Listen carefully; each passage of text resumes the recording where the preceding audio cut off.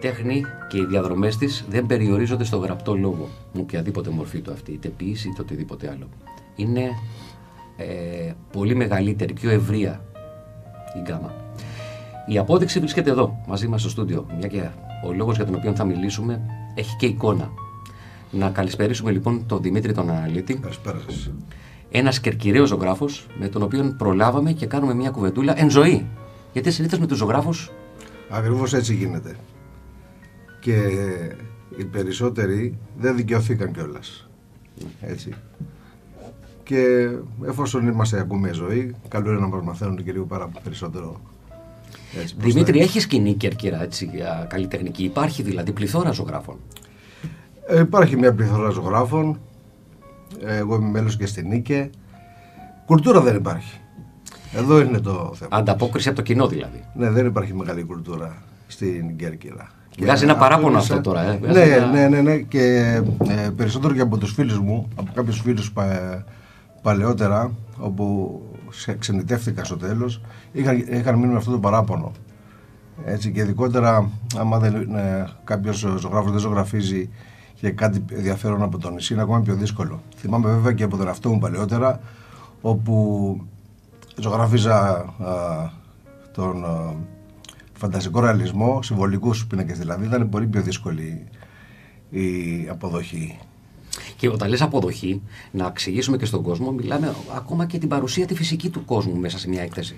Δεν μιλάμε να μεταφράζεται αυτό. Ναι, ακριβώς. Ούτε ο κόσμος πάρα πολύ επισκέπτεται τις εκθέσεις. Βέβαια αυτό είναι υπάρχει ένας βαθύτερος λόγος όπου γίνεται αυτό. Έχει αφαιθεί λίγο κάπως στην τύχη του η κουλτούρα αυτή της ζωγραφικής. Ίσως να φταίει και η παιδεία μας, πρέπει να ξεκινάει από τα σχολεία, να ζουν τους ζωγράφους καλύτερα, ειδικότερα τους καλούς ζωγράφους, όχι απλά αυτούς που το κάνουν και έτσι για χόμπι. Ναι.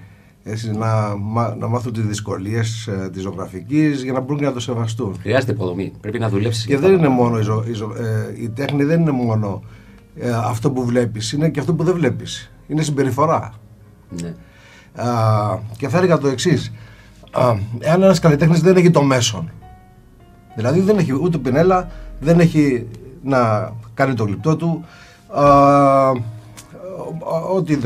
δεν έχει το υλικό, πώς θα εκφραστεί? Άρα η τέχνη δεν είναι το μέσο μόνο, ναι. Είναι θέμα συμπεριφοράς. Ένα ποτήρι να το σερβίρεις, άμα έχεις επαφή με την τέχνη θα το σερβίρεις διαφορετικά. Ναι. Σε μια βόρτα να πας, σε μια σύγκρουση, σε μια δραστηριότητα, αυτός ο οποίος έχει την τέχνη μέσα του θα το αποδώσει, θα φανεί διαφορετικά. Από τις κινήσεις του, από οτιδήποτε. Ακριβώς. Και είναι κάτι το οποίο πρέπει να το σκεφτείτε. Έχω γνωρίσει ανθρώπους όπου ήταν καλλιτέχνες αλλά δεν εκφράστηκαν. Εκφράστηκαν με άλλο τρόπο. Δηλαδή ο καλλιτέχνης δεν είναι αυτό που βλέπεις, είναι αυτό που δεν βλέπεις. Είναι πίσω από αυτό που. Συμφωνώ. Πολύ πολύπλοκο. Δεν είναι πολύ έτσι απλό. Επιδερμικά πώς το βλέπει ο κόσμος. Και γνωρίζετε τον κόσμο και το σταύμασα. Από πού αντιλεί ο Δημήτρης Αναλύτης έμπνευση? Από τον εαυτό μου. Από την πορεία σου στη ζωή μέχρι τώρα, δηλαδή κάθεσαι μπροστά στο καβαλέτο και θυμάσαι κάτι? Μέχρι το 2014 είχα κάνει ήδη 5-6 εκθέσεις. Η πίνακή μου ήταν συμβολική. Είχα να κάνει με ατομικά βιώματα. Κάποια στιγμή με είχε κουράσει αυτό. Είδα και λίγο σκούρα τα χρώματά μου. Και έτσι μπήκα στην ακουαρέλα από το 2017 και μετά. Μου πήγε 2-3 χρόνια να τη μάθω. Έκανα αφιέρωσα μάλλον γύρω στις 2-3 ώρες, 4.000 ώρες πειράματα. Είναι η ακουαρέλα λίγο. Είναι πάρα πολύ δύσκολη, όντως, αλλά ήταν και μια μεγάλη πρόκληση. Μου πήγε όμως η ακουαρέλα. Μου πήγε πάρα πολύ. Σε άλλους πάει κάτι άλλο. Εμένα μου πήγε αυτό. Είναι μια δύσκολη.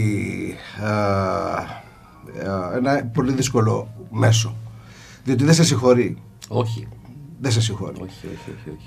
Πρέπει να ξέρεις πάρα πολύ καλά και να έχεις αποφασίσει τι θα κάνεις πάνω στο χαρτί. Αν πειραματιστείς στο τελικό στάδιο, δεν σε συγχωρεί. Φαίνονται και οι γραμμές, δεν τις βίνεις με τίποτα, ποτίζουν πάνω. Το σκίζεις, απλά το σκίζεις. Ναι. Δηλαδή μπορεί μετά από αρκετές ώρες με μια λάθος πινελιά να το σκίσεις. Δηλαδή από την αρχή πρέπει να ξέρεις ακριβώς ποια θα είναι η δομή του έργου, ποια θα είναι η κατεύθυνση του φωτός, ποια θα είναι η προοπτική του ποια θα είναι τα highlights, όπου λέμε, τα σημεία τα οποία θα φαίνονται περισσότερο. Σημεία διαφυγής. Τα πάντα από πριν πρέπει να το έχει ήδη φανταστεί. Και γι' αυτό λέω ότι για να ασχοληθεί κάποιο με την ακουαρέλα πρέπει να είναι ήδη ζωγράφος.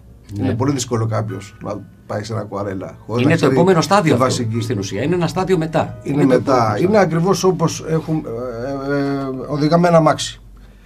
Πρώτα μαθαίνεις να είσαι ένα μαζί με τις ταχύτητες, με το φρένο, με το γκάζι, με το συμπλέχτη, να γίνεις ένα με αυτό και έπειτα ψάχνεις τη γύρω σου που θα στρίψεις.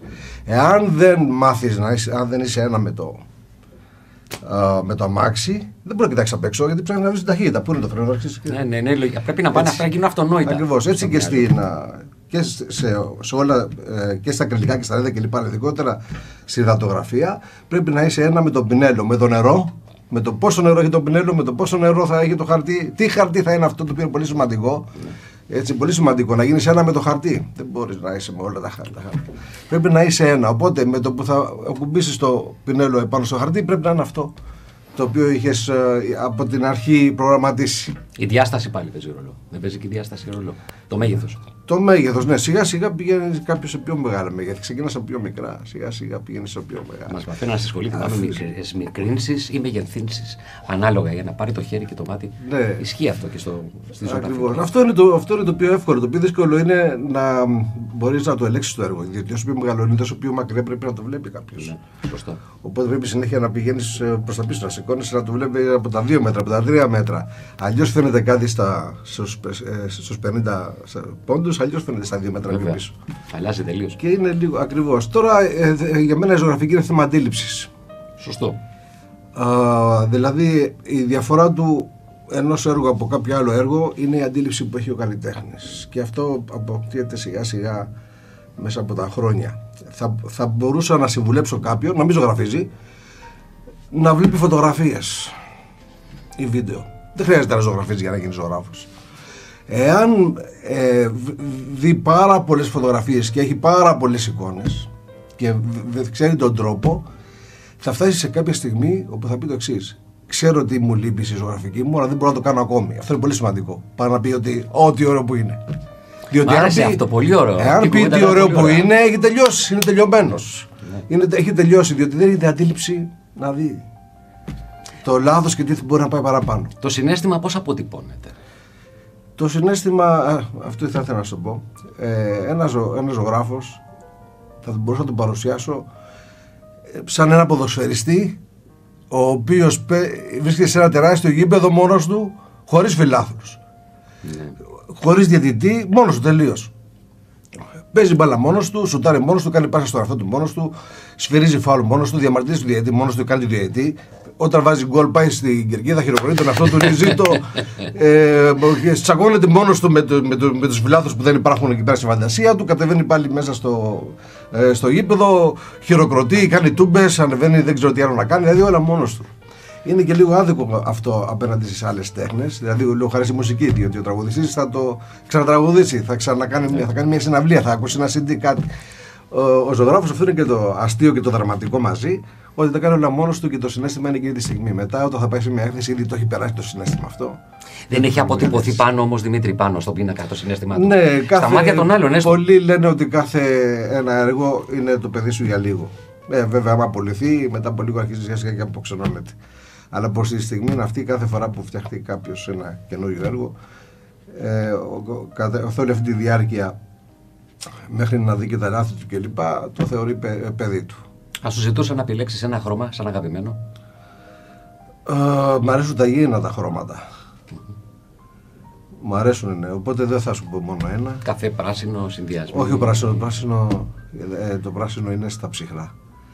Τα θερμά, αλλά φυσικά θερμά δεν υπάρχουν χωρίς τα ψυχρά για να γίνει το κοντράστ. Δηλαδή θέλει έλεγχο.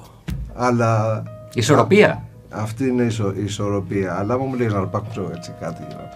Ένα θερμό θα αρπάξω. Αυτό αντανακλά την ιδιοσυγκρασία, νομίζω. Και στην ψυχοσύνθεσή σου, στο Δημήτρη τον ίδιο. Ναι, και αυτά αλλάζουν. Δηλαδή υπήρχε εποχή που ζωγράφιζα με πολύ σκούρα και λάδια και πολύ σκούρα χρώματα. Γιατί αυτό δεν ακούσει αυτή την περίοδο. Το λάδι είναι βάρη γενικότερα. Έχω την αίσθηση. Το λάδι έχει μια άλλη αίσθηση ροής πάνω στο καμβά. Έχει. Σε περιμένει το λάδι.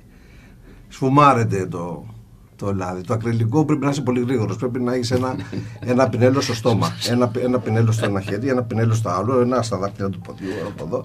Ειδικότερα να κάνει ζέστη και να παίζεις drums. Τα λες πολύ παραστατικά και είναι έτσι ακριβώς. Δηλαδή για κάποιον που βλέπει την εκπομπή τώρα και δεν είχε μια τριβή με τη ζωγραφική εκ των έσω, τεχνικές και όλα αυτά, θα το βρει πολύ ωραίο το σημερινό. Η υδατογραφία. Η υδατογραφία. Άλλες απαιτήσεις. Ναι, η υδατογραφία είναι δύσκολο, πολύ δύσκολο. Πιο πολύ ώρα το βλέπεις, είναι σαν το σημαδεύεις.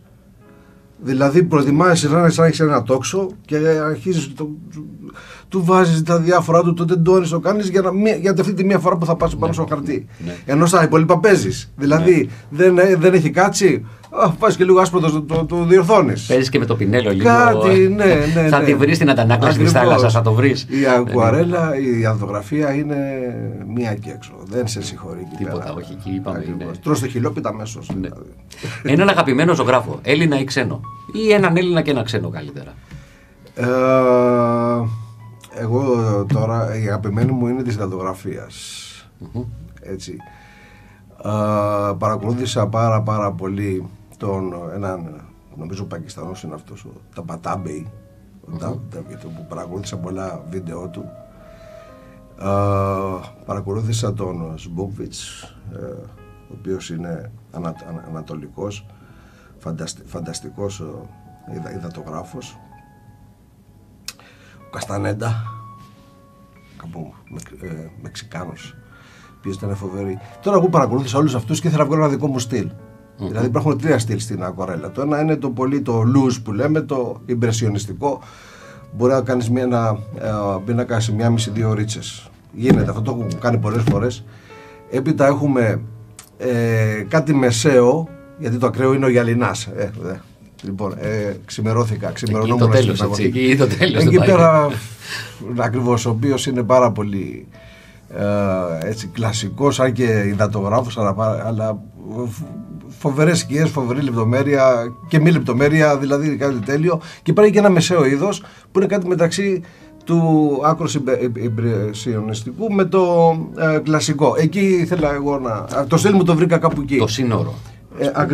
Ακριβώς, το βρήκα κάπου εκεί. Δηλαδή έχω και τη λεπτομέρεια, έχω και την αφέλεια.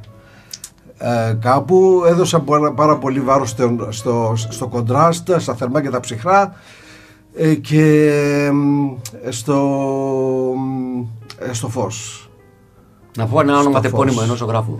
Μονολιχτικά θα πω το ονοματεπώνυμο ενός ζωγράφου, να μου πεις την άποψή σου για αυτόν. Όλοι τον ξέρουν. Μπομπ Ρος. Ναι, όλοι μας, στην παιδική μας ηλικία, το πω πρόσθετα. Βέβαια, τα κουνελάκια, τα σκυλάκια. Μου θύμισες τώρα λίγο, βλέπουμε τα στρουφάκια, αρχίζει να πέφτει τη τηλεέναρξη της εκπομπής, έτσι πως τα αντιμετώπισες. Είπες για το Γυαλινά πριν από λίγο. Το κτίριο του Γυαλινά θα πέσει. Και θα μας πλακώσει. Φαντάζομαι κάποια άλλη γενιά μπορεί και να το φτιάξει. Είναι αυτό που λέγαμε πριν, ότι δεν υπάρχει ανάλογη κουλτούρα. Στην Ελλάδα, όχι μόνο στην Κέρκυρα. Η Κέρκυρα μπορεί να έχει και λίγο καλύτερη κουλτούρα, αλλά γενικά η Ελλάδα δεν έχει την κουλτούρα, ειδικά για τις εικαστικές τέχνες. Να σου κάνω μια τελευταία ερώτηση, θέλω. Η παιδεία μας, έτσι. Η παιδεία μας. Πού θα ήθελες να εκθέσεις? Πες μου ένα χώρο που σκέφτεσαι και θα εξέφραζε και τη δουλειά σου τη συγκεκριμένη, με την οποία καταπιάνεσαι τώρα, να εκτεθεί. Πού θα ήθελες, πού θα ήταν αυτός ο ιδανικός για σένα? Θα σου απαντήσω τώρα, είναι καλή ερώτηση. Δεν με ενδιαφέρει καθόλου. Η ερώτηση ήταν καλή, η απάντηση θα την πιο καλή. Δεν με ενδιαφέρει καθόλου. Όπου και να πάω δεν με ενδιαφέρει. Όπου και να πάω, πάντως ο κόσμος έρχεται, βλέπει τη δουλειά μου, καλύτερα σε απλούς χώρους, χωρίς πολύ μεγάλες πολυτέλειες, για να δείχνει να φτιάξουμε το βιογραφικό. Να πάμε εκεί, να πάμε κάπου. Πήγαμε στην αποθήκη, πήγαμε στο δρόμο. Και στον δρόμο δεν με ενδιαφέρει. Βέβαια, εντάξει, εμπορικά, όσο πιο high είναι κάπου, τόσο καλύτερα. Εμένα δεν με ενδιαφέρει καθόλου. Δεν ξέρω. Δηλαδή σε αυτό το κομμάτι το έχω πλέον διαγράψει, δεν με ενδιαφέρει. Δεν ξέρω γιατί. Πολύ ωραίο. Τα έχεις καλά και με τον εαυτό σου. Τα έχεις καλά και με τον εαυτό σου, αλλά και με τη δουλειά που κάνεις. Ακριβώς. Εγώ το συναίσθημα το έχω πάρει από πριν. Οπότε μετά δεν με νοιάζει. Δηλαδή, συν μία έκθεση, συν ένας χώρος ακόμη. Και στο εξωτερικό πήγα. Και στην Αυστρία πήγα, δεν μου είπαν ούτε καληνύχτα. Το κρατάω αυτό. Φύγανε από την πίσω πόρτα. Ένας με ρωτούσε με το πόντο πόσο πάει ένα έργο. Λέει, λέει, ακριβό δεν είναι αυτό για αυτή τη διάσταση. Λέω σε τούτα είναι λίγο πιο φτηνή. Ήθελα να πω σοκολάτα. Με πρόλαβες. Ναι.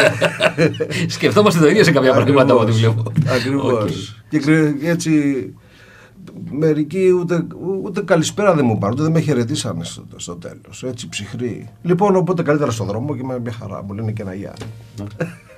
Δημήτρη, σε ευχαριστώ πάρα πολύ. Εύχομαι καλή επιτυχία σε ό,τι κάνεις και εμπνεύσεις. Πολλές εμπνεύσεις. Ευχαριστώ πολύ. Να είστε καλά. Ευχαριστώ πολύ.